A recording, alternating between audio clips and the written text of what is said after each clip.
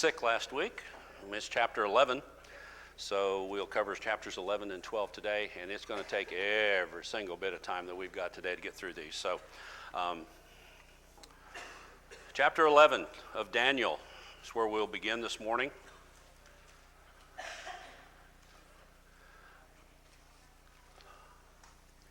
Let me be very clear about this. When you read Daniel 10, 11, and 12, you need to read them as one chapter, okay? Because down through time, the books have been taken and deliberately broken off into chapters. Does not mean that one chapter ends and a new thought starts in the next chapter. So when you study Daniel 10, 11, and 12, study them as one chapter that just continues a single vision of Daniel. All right? So, I can't do that. I can't do that dance. How he does that. I can't, yeah, it's just this way. I don't know. Dancing in church. Now I'm going to hell. Let me be clear about chapters 10, 11, and 12, okay? We've established that. You need to study 10, 11, and 12 as one chapter. Also, there is a predominant theme throughout the book of Daniel that you all have hopefully come to see by now, and that we are dealing with how many world kingdoms? It's from chapter 2 on through the end of the book. How many kingdoms are we dealing with? Dealing with 4. What are they? First one is the Babylonian Empire. The second is the Medes and the Persians. The third is the Greeks. And the fourth is the Romans. Nothing in the book of Daniel goes outside of those 4 kingdoms. Now, why do I say that? I say that because there are premillennialists who will use this to establish Jesus' world rule when he comes back the second time. They see Jesus sitting on the throne of David in the city of Jerusalem and ruling for 1,000 years. This is premillennial babble. And it does not conform to Bible history. It does not conform to what the rest of the Bible says about Jesus coming. What does the Bible say about Jesus coming in 1 Thessalonians? We will meet him in the air, and forevermore we shall be with him. Comfort one another with these words. 2 things you have to remember. 10 through 12, read as one chapter. Anything outside of the realm, when you're discussing these chapters with someone, anything outside the realm of those 4 kingdoms does not come into play here. And chapters 11 and 12 together will demonstrate that. Chapter 11 is the most specific reference and parallel to history that we find in the Bible. Although people are not named, as the chapter unfolds, the people who have lived this history in this chapter can be revealed. In other words, if you set down chapter 11 and you set down history right next to it, they are an exact parallel. And again, this is the most specific. A lot of the names you will not know. We will go over them and name these people, but it's up to you. If you're curious about chapter 11, just go home and Google some of these names and read about some of these people. You will see that Daniel 11 and history fall into an exact parallel with regard to how this unfolds. All right, so let's begin. Chapter 11. And as for me, well, this is a continuation from chapter 10. And as for me, in the first year of Darius the Mede, I stood up to confirm and strengthen him. And now I will show you the truth. Behold, 3 more kings shall arise in Persia. 3 more kings shall arise in Persia. And a 4th shall be far richer than all of them, and he will become strong through his riches, and he shall stir up all against the kingdom of Greece. Then a mighty king shall arise, who shall rule with great dominion, and do as he wills.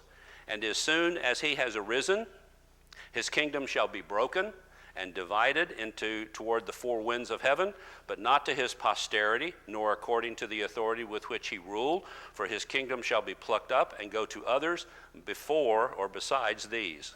Then the king of the south shall be strong, but one of his princes shall be stronger than he, and shall rule, and his authority shall be a great authority. After some years there shall be an alliance, and the daughter of the king of the south shall come to the king of the north to make an agreement. But she will not retain the strength of her arm, and he and his arm shall not endure, but she shall be given up, and her attendants, he who fathered her, and he who supported her in those times. And from a branch from her roots one shall arise in his place. He shall come against the army and enter the fortress of the king of the north, and he shall deal with them and shall prevail. He shall also carry off to Egypt their gods with their metal images and their precious vessels of silver and gold, and for some years he shall refrain from attacking the king of the north. Then the latter shall come into the realm of the king of the south, but shall return to his own land. His sons shall wage war and assemble a multitude of great forces, which shall keep coming and overflow and pass through, and again shall carry the war as far as his fortress. Then the king of the south, moved with rage, shall come out and fight against the king of the north, and he shall raise a great multitude, but it shall be given into his hand. When the multitude is taken away, his heart shall be exalted. He shall cast down tens of thousands, but he shall not prevail. For the king of the north shall again raise a multitude greater than the first.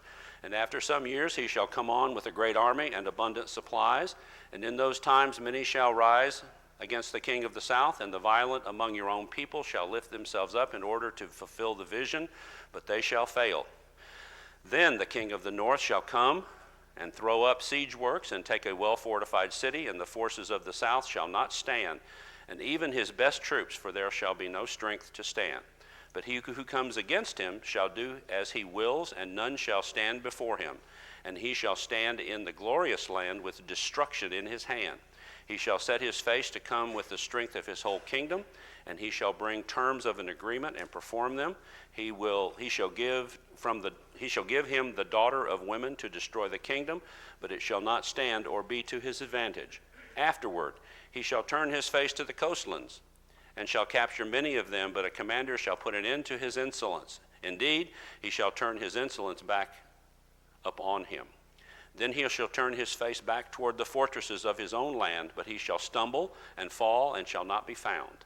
Then shall arise in his place one who shall send an executor of tribute for the glory of the kingdom, but within a few days he shall be broken, neither in anger nor in battle, and in his place shall arise a contemptible person to whom royal majesty has not been given. He shall come in without warning and obtain the kingdom through flattery. Armies shall be utterly swept away before him and broken, even the prince of the covenant. And from the time that an alliance is made with him, he shall act deceitfully, and he shall become strong with a small people. Without warning, he shall come into the richest parts of the province. He shall do what neither his fathers nor his fathers' fathers have done, scattering among them plunder, spoil, and goods. He shall devise plans against strongholds, but only for a time.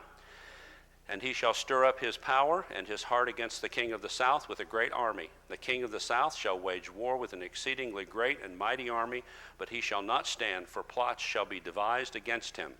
Even those who eat his food shall break him. His army shall be swept away, and many shall fall down slain.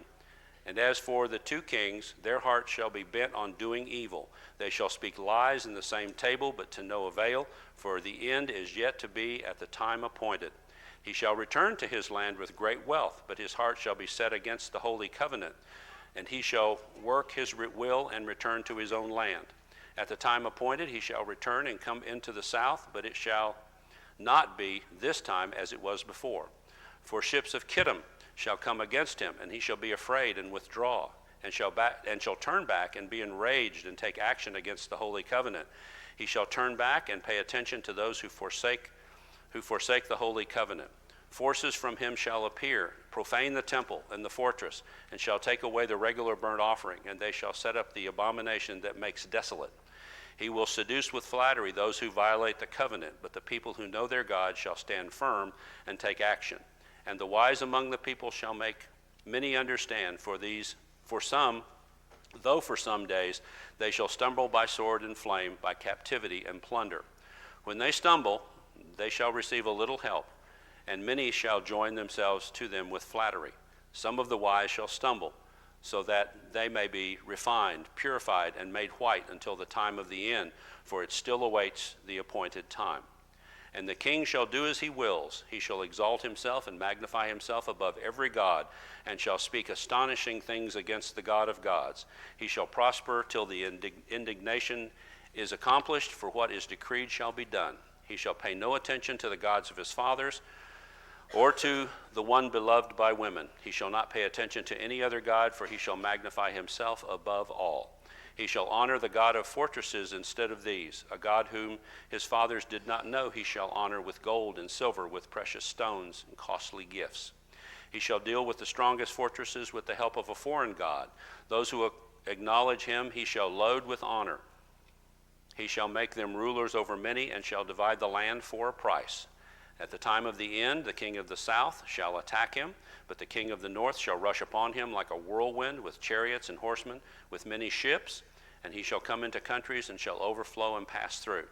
He shall come into the glorious land, and tens of thousands shall fall, but these shall be delivered out of his hand: Edom and Moab and the main part of the Ammonites. He shall stretch out his hand against the countries, and the land of Egypt shall not escape. He shall become ruler of the treasures of gold and of silver and all the precious things of Egypt, and the Libyans and the Cushites shall follow in his train. But news from the east and the north shall alarm him, and he shall go out with great fury to destroy and devote many to destruction. And he shall pitch his palatial tents between the sea and the glorious holy mountain, yet he shall come to his end with none to help him. Everybody clear on that? Everybody understand what's going on? Got it? We can move on to chapter 12. You got everything? Okay, let's go through this. 4 more kings, chapter 11, verse 1. Stood up to confirm and strengthen him. Verse 2 talks about 4 future kings. To show you the truth, behold, 3 more kings shall arise, and a fourth shall be richer than all of them. And so what we see here is Daniel being told that there are 3 more kings that are going to arise, and the 4th king is going to be strong and rich and oppose the realm of Greece. And so as we look at history, this 4th king would be Xerxes. And if you want to read about Xerxes, you can read the book of Esther. He's Ahasuerus. That's Xerxes. And so if you remember, there are kingdoms to the north and there are kingdoms to the south. And there is right in between, what?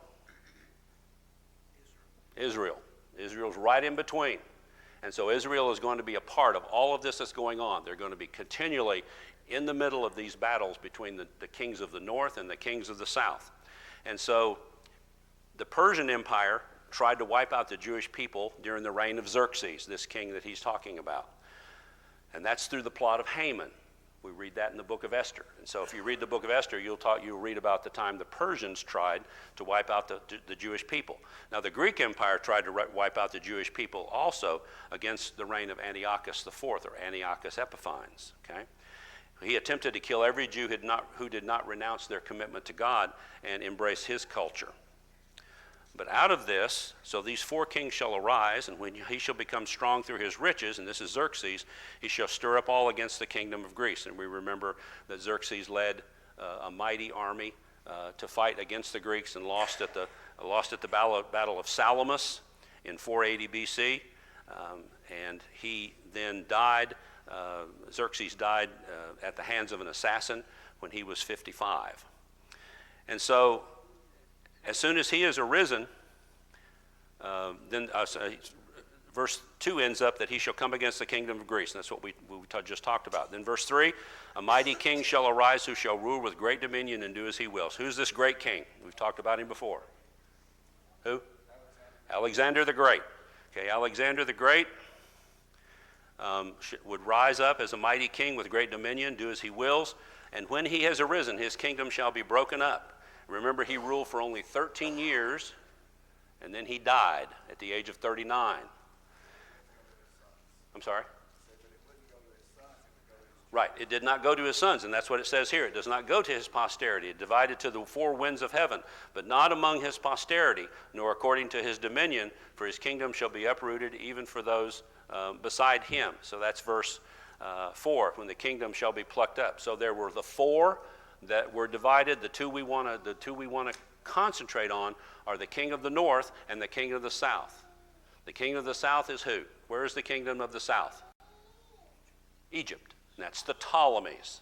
And so throughout chapter 11, when we talk about the kingdom of the south, or the king of the south, we're talking about the Ptolemaic Empire. Okay? The Ptolemaic Empire. The other is the Seleucids, and from that will arise Seleucid the first, Seleucid the second, Antiochus the first, Antiochus the second, Antiochus the third, Antiochus the fourth, down through that. So the four winds of heaven. So Alexander's dominion is divided up among these four, and again, the children of Israel are caught in between Egypt and the kingdoms to the north, which would be Babylon in that area. And I showed you the slide a few weeks ago that showed how that was divided. So the kingdoms of the north and the kingdoms of the south. I'm sorry? Alexander's plan was for the rule to be opposite. Right. Because Ptolemy ran Seleucus out of Egypt, and they traded the kingdoms. Right. Okay, so verse 5. The king of the south shall be strong. That's Ptolemy the first. This is Ptolemy the first. He's the king of the south. The king of the south shall be strong, but one of his princes shall be stronger than he. Okay, he had a prince whose name was Seleucus, not related directly to the Seleucus of the kingdom of the north, but this Seleucus rose to power and took dominion over the area of the kingdom of the north. So he took this prince became stronger than Ptolemy and ruled, and his authority was a great authority. Verse 5. Verse 6, after some years, and so we talk about after some years, the Seleucids and the Ptolemies fought for over 130 years, and who's right in between? Israel. Israel is always in between. They're getting caught between the battles of the Ptolemies and the Seleucids. Now, Seleucus Nicator, who is the prince that we talked about in verse 5, he set up an alliance. For some years they shall make an alliance. Verse 6. So he's going to make an alliance, which means that he's going to join these two kingdoms together through marriage. So he's going to send his daughter, he's going to send his daughter Bernice to marry the king of the north. So there's peace for a time, and by this time now, when she has married Ptolemy the second. So Ptolemy the first is dead, and there's now Ptolemy the second. Ptolemy the second now is in charge of the kingdom of the south. Antiochus the second, or Antiochus Theos, is in charge of the kingdom of the north. And so Ptolemy Philadelphus, which is Ptolemy the second, marries Bernice. And so there's a period of time when the marriage works until Ptolemy the second dies. Okay, so after some years, that 130 years of fighting, they shall make an alliance, and the daughter of the king of the south, Bernice, shall come to the kingdom of the north to make an agreement. Okay, so once Ptolemy the second dies, Antiochus now puts his plan into place to take away Bernice and go back to his former wife, Laodice. Okay, and you can read all about this. This is all in history. You can read all about this. I'm just giving you the kind of the Reader's Digest version. But Laodice was his former wife of Ptolemy, and she didn't trust her husband. She didn't trust Antiochus II. So what did she do to him?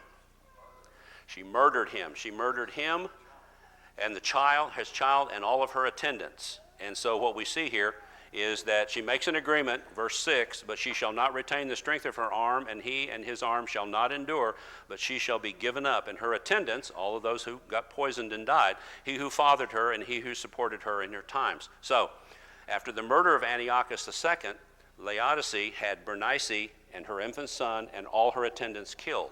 So after this reign of terror, Laodice sets up her son, Seleucus II, on the throne of the kingdom of the north. All right? So from a branch of her roots, Seleucus II, one shall arise in his place, and he shall come against the army and enter the fortress of the king of the north, and he shall deal with them, and he shall prevail. And that's verse 7. So the angel now tells Daniel that a root from her lineage, Seleucus II, is going to prevail over them. And sure enough, this was fulfilled in the person of Ptolemy III Evergates was his name, Ptolemy Evergates. And so he's the brother of Bernice. He avenges the murder of his sister, and Ptolemy III invades Syria and takes over from Seleucus II. He shall continue for many more years. Ptolemy III lived for 4 years past the reign of Seleucus. Okay? And so he shall also carry off into Egypt, and he took away all the gold and the silver from Egypt and carried it back. So Ptolemy II now is the predominant one now. He has conquered the kingdom of the north.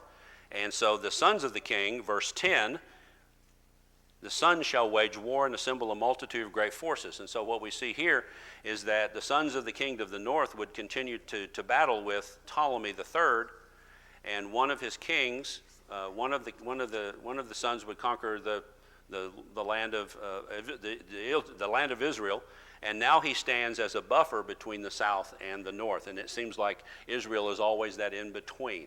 They're either ruled by the kingdom of the north or they're ruled by the kingdom of the south, and it goes back and forth. And most of the battles are fought in between there over their land. So Seleucus III comes to the throne, and he is called. He's just Seleucus III. Callienus the Great is Antiochus III. And both are successful generals, but Seleucus only rules for a short time. He fell off a horse and broke his neck, and that's how he died. But he was succeeded by his brother. So in this furious battle, in verse 10, and they shall pass through and shall carry the war to the fortress. In this furious battle, Antiochus III takes back the Holy Land from the dominion of the Ptolemies. So now the Ptolemies are out, and now Seleucids are in, the Antiochus group from the north. Now they're in charge of Israel. So now what happens in verse 11? Well, the king of the south, moved with rage, shall come out and fight against the king of the north. There shall be raised a great multitude, but shall be given into his hand. And so that's what happened. The angel tells Daniel that the king of the south is going to attack. This was a battle of 75,000 on the south, soldiers on the south, 75,000, soldiers on the north, 78,000. And so they came to this great battle, and this was for the fact that he did not prevail would be fulfilled when Antiochus III, once again, defeated at the Battle of Raphia. Because of that loss, he was forced to give back dominion of the land of the children of Israel to Ptolemy IV. And so now in verses 13 through 16, now that Ptolemy is back again in charge of the land of Israel, now the king of the north is going to come back, and he's going to occupy, 14 years later, he's going to occupy the land, the glorious land, which is the land of Israel. And so verses 13, for the king of the north shall again raise a multitude. And so he raises this, and this is Ptolemy Epiphanes, and not Antiochus Epiphanes, but this is Ptolemy Epiphanes, the king of the Seleucids. And the king of the north, again, is Ptolemy IV. And Antiochus III invades the land of Israel. He gains final control over the armies of Ptolemy V now. And the Jews living in the land of Palestine, or in what they call the children of Israel there, helped him defeat the king of the south. This was because the Jewish people resented the rule of the Ptolemies. They would rather be ruled by the Seleucids than by the Ptolemies. Violent men of your people shall exalt themselves in fulfillment of this vision. And that's in verse 16. Shall stand in the glorious land with destruction to come in face. In terms of agreement for them, he shall give the daughter to destroy. That's in verse 17. So the king of the south now in verse 17 gives his daughter, whose name is Cleopatra, not the Cleopatra that you're thinking of. She's 100 years later. This is just another woman named Cleopatra. She's 7 years old. She's 7 years old. She's given to the king, okay? So he shall set his face to enter with the strength of the whole kingdom, and upright ones with him. Thus he shall do. He shall give him the daughter of women, the daughter of women to destroy it, but she will not stand with him or be for him. So this is Cleopatra. Again, not the Cleopatra you're thinking about. This is another Cleopatra. And so the king of the north, who rules now over the over the land of Israel, would attempt to again dominate and destroy the king of the south. And this is fulfilled in Antiochus III when he gave his daughter Cleopatra to Ptolemy V of Egypt. He did this hoping to gain permanent influence and eventual control over Egypt, but to his great disappointment, Antiochus III's plan did not succeed because Cleopatra was faithful to her Egyptian husband and not to her father.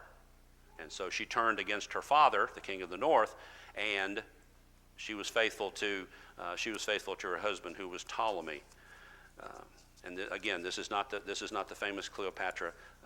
The Cleopatra you're all thinking of comes along about 100 years later. Okay, so verse 18. Afterwards, he shall turn his face to the coastlands. And so, after the disappointing effort through the daughter, the king of Cleopatra, the king of the north, now he's going to try to get retribution. And so he stumbles and falls. And this was fulfilled in verse 19. He shall stumble and fall and shall not be found. This was fulfilled when Antiochus III turned his attention toward the areas of Asia Minor and Greek, and this is when he was helped by someone very famous that you all would know. His main general was a man named Hannibal. And Hannibal was a general from Carthage, but a Roman general defeated Antiochus in Greece, and so his plans to humiliate Greece, but he was humiliated instead. And so after this defeat, Antiochus III had an inglorious end. Needing money badly for his treasure, he resorted to pillaging a Babylonian temple, and he was killed by the local citizens. So now for the first time, Rome enters the scene. Okay? So their taxes are levied against the kingdom of the north. And so in verse 20, we find, then shall arise in his place one who shall send an exactor of tribute for the glory of the kingdom. The glory of the kingdom. Someone's going to impose taxes. And so after Seleucus IV's inglorious end, his successor would raise taxes. But this comes in the form of Antiochus or Seleucus IV, the older son of Antiochus. And he sought to tax the dominion, including the people that lived in Israel, to increase his revenues. His plan to pillage the Jerusalem temple was set aside when his ambassador had what was called an angelic vision of warning. And so Seleucus IV is assassinated, probably by his brother Antiochus Epiphanes. So now we're down to Antiochus IV. This is the infamous Antiochus Epiphanes. And if you're not a student of history, this is probably one of the most boring lessons that you probably ever heard in your life. But for those of you that take this and parallel this along with the historical and the biblical account, it is absolutely stunning the amount of specificity in these two, in this versus the historical account. And so if I'm going into way too much detail, it's my last class. So just come back next week and you'll see somebody new.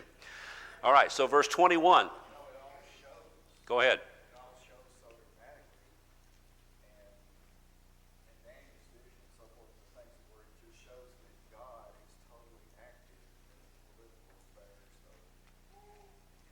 Well, I think we demonstrated that before, because the angel told Daniel, what did he say? He said, I have to go back and fight against the angel that's protecting the Persians.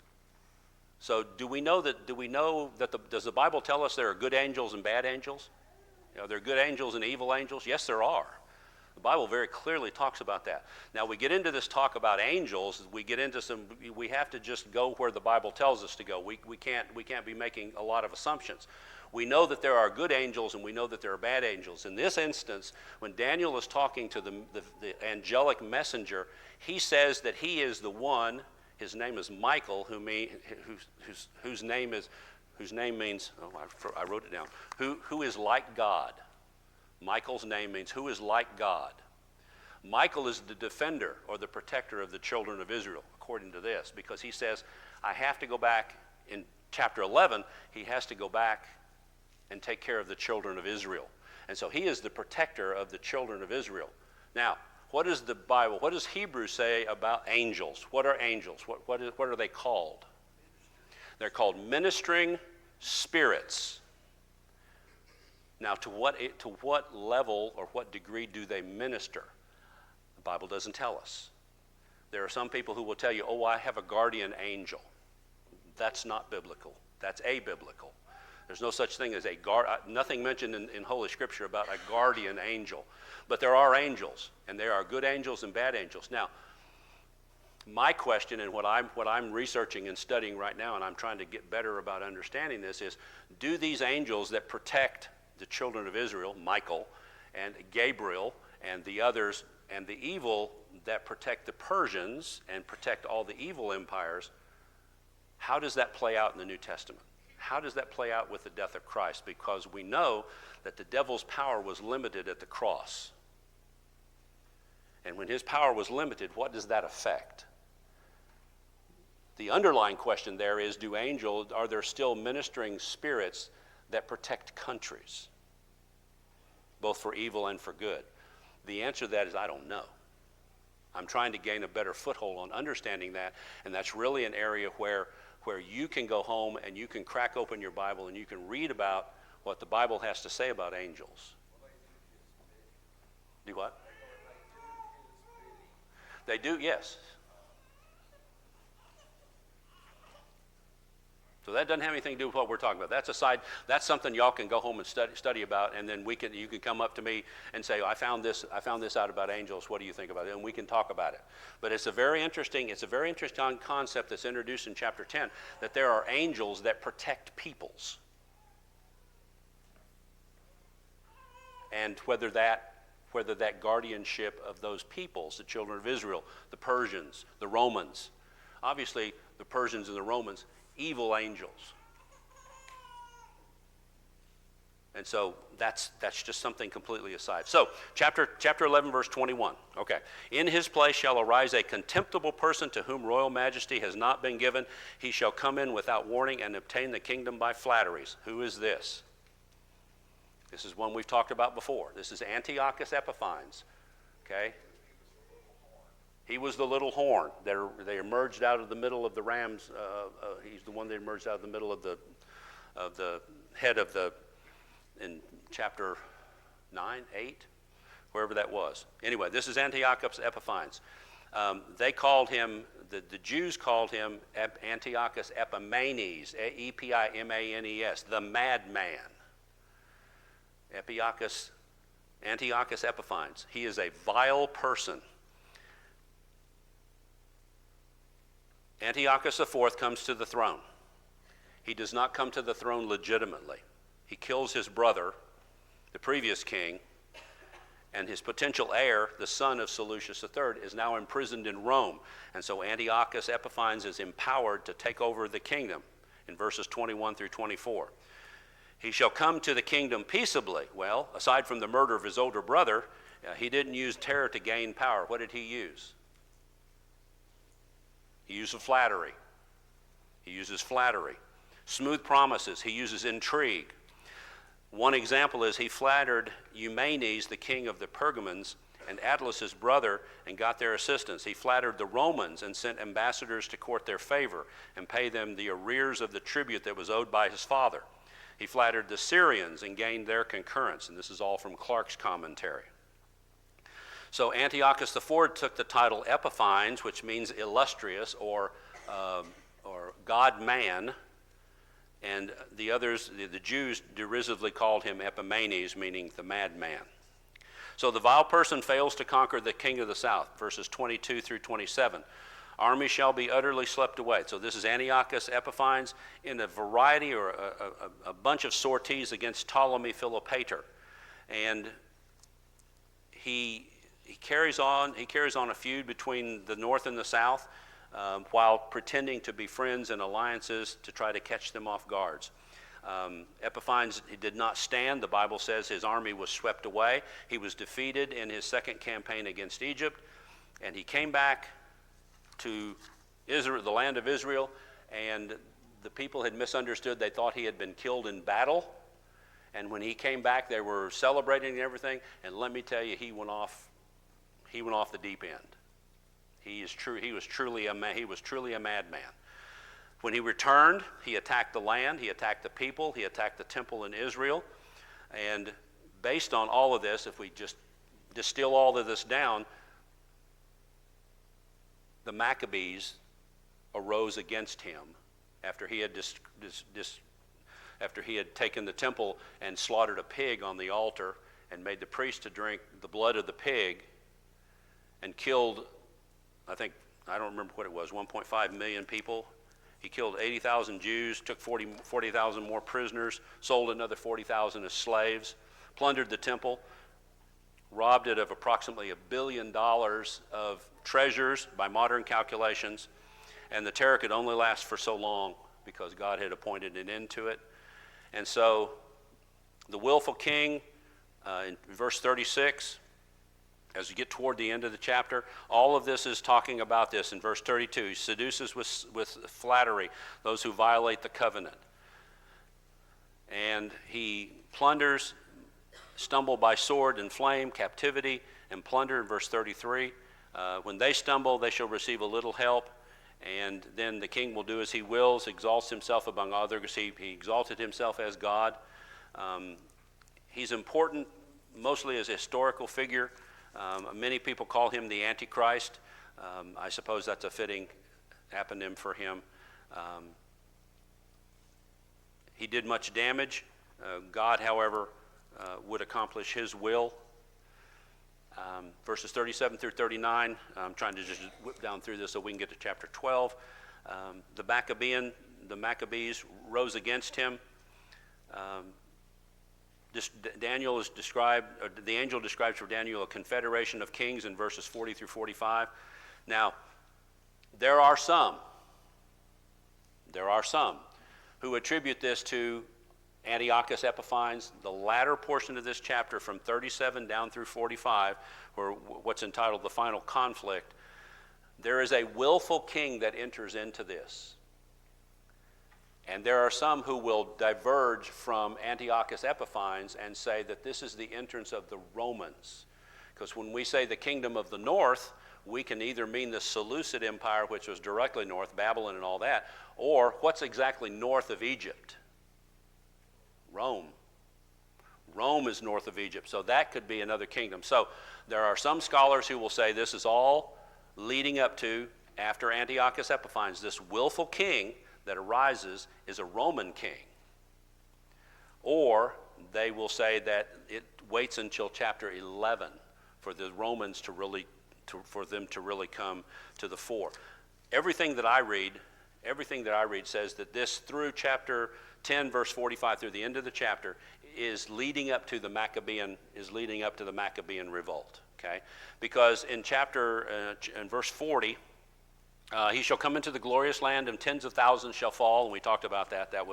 That's Antiochus Epiphanes. He will stretch out his hand against countries, and the land of Egypt shall not escape. He shall become rulers of treasure and gold and silver and all the precious of Egypt. Verse 43. The news from the east and the north shall alarm him. The news from the east and the north would be from Parthia, which is to the east of where he is ruling, and to the north would be Rome. And so here I think the kingdom of the north now shifts from the Seleucid Empire. I think it shifts, and most scholars tend to agree on this one point, although you will find there are 4 or 5 different versions of this that people go, and I'm trying to stay with the scholars that I read within the Bible framework. So it's very possible that this latter end of chapter 11 is talking about those that are pitching their palatial tents between the sea and the glorious land mountain. Now we're talking about the Romans. We've moved from Antiochus Epiphanes, and news from the east and the north shall alarm him, and he shall go out with great fury to destroy and devote many to destruction.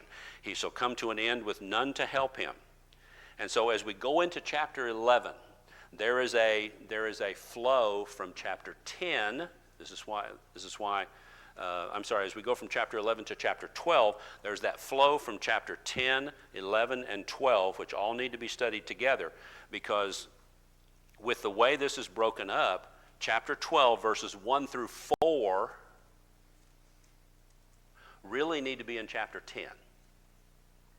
Okay? So if we read the end of chapter 11, where he pitches his tents, he pitches his palatial tents between the sea and the glorious holy mountain, yet he shall come to his end with none to help. At that time, At the end of that, when he should have none to help, Michael, the great prince who has charge of your people. And again, this is Michael, whose name means who is like God. He is coming to the fore to protect his people. And his people are the children of Israel. There shall be a time of trouble, as such as never has been since there was a nation till now.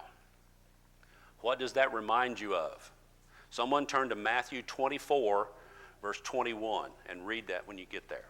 And someone else then also be turning to Luke 21, verse 20. So Matthew 24, 21, and Luke 21, 20. In both of these instances, this is Jesus talking about the abomination of desolation. Right. So the abomination of desolation, when Daniel talks about it, is Antiochus Epiphanes. That's coming. That's in the history. That's in the future. Jesus talking about the abomination of desolation is not referring to Antiochus. That's in the past, hundreds and hundreds of years in the past. Now what he's dealing with, Jesus is dealing with, is the abomination of desolation, which makes a complete destruction of the children of Israel when Titus comes in 70 A.D. and levels the city of Jerusalem and leaves not one stone on top of another. So when you're reading Matthew 24, in the early part of that whole chapter, Jesus is talking about what's going to happen in AD 70. You're going to flee to the hills. They're going to leave. And sure enough, when AD 70 came, there was not a Christian within the walls of Jerusalem. All the Christians had fled. And so as we begin to look at chapter 12, 13 verses. This is the shortest chapter in the book of Daniel. This is the shortest chapter. Okay?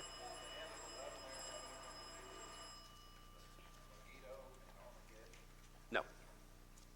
No. So, chapter 11, down through verse 4, should be read as part of chapter 11.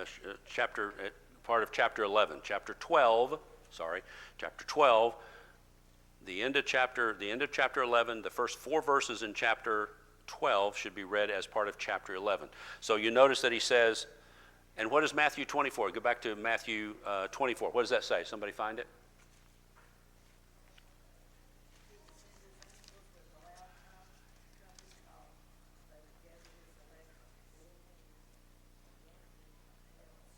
Go back up to verse 15.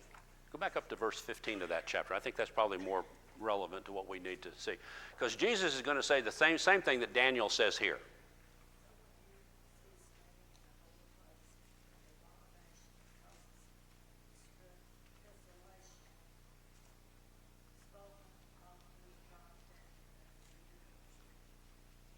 So if you read Matthew chapter 24, there's a point in there where Jesus says, there is going to be a time of trouble such as never has been since there was a nation till that time. And that's a direct reflection of what Daniel says in chapter 12. So now Antiochus Epiphanes is gone. Now chapter 12 deals exclusively with that last empire. Now we're dealing with the Romans. And now we're dealing with AD 70.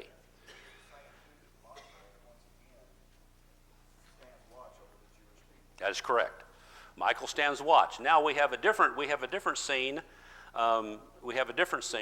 But we need to get through these first 4 verses. So the first 4 verses are those who sleep in the dust of the earth. This is now talking about the people were being delivered. Christ delivered us. Everyone whose name shall be found written in the book. So these are the early Christians. Many of these will sleep in the dust of the earth. They shall awake, some to everlasting life and some to shame and everlasting contempt. This is not the final resurrection. This is the resurrection of a cause. This is the resurrection that Christ brought to the front when he died on the cross. He brought salvation to those. And those who chose obtained everlasting life. Some who didn't choose chose shame and everlasting contempt. And then again, those who are wise, those who understood what Christ said, those who became Christians shall shine like the brightness of the sky above, and those who turn many to righteousness shall be like stars forever and ever. But you, Daniel, shut up the words and seal the book until the time of the end. Many shall run to and fro, and knowledge shall increase. Now, really 12:5 is the beginning of the new thought. Okay? And I, Daniel, looked, and behold, two others stood. So imagine Daniel standing on the banks of the Tigris River, one of the four rivers that flowed from the Garden of Eden. He's standing on the banks of the Tigris. There's an angel standing on the bank next to him. There's an angel standing on the other side of the river, and in between, standing over the waters, is another angel, another angelic messenger. But this angelic messenger, in verse 7, someone said to the man clothed in linen who was above the waters of the stream, verse 7, and I heard the man clothed in linen who was above the waters of the stream raise his right and his left hand toward heaven. Who is the angel that is above the waters? Who do you think? It's the pre-incarnate Christ. He's standing above the waters. What happens in the Old Testament when you raise your hand to swear? Who are you swearing to? You're swearing to God, right? What happens if you raise both of your hands to swear? You are swearing to the Almighty God. You are swearing to Yahweh. And this one is, this person, this angelic being who is the pre-incarnate Christ, is swearing to him who lives forever that it would be for a long time, times and half a time, and that when the shattering of the power of the holy people comes to an end, all these things shall be finished. Titus finished all of this in 70 AD. Now the dates, that can be a whole nother class. The dates that are here are apocalyptic dates. And if you want to know more about that, I've got all these notes, but we're not going to get to the end of the chapter. So,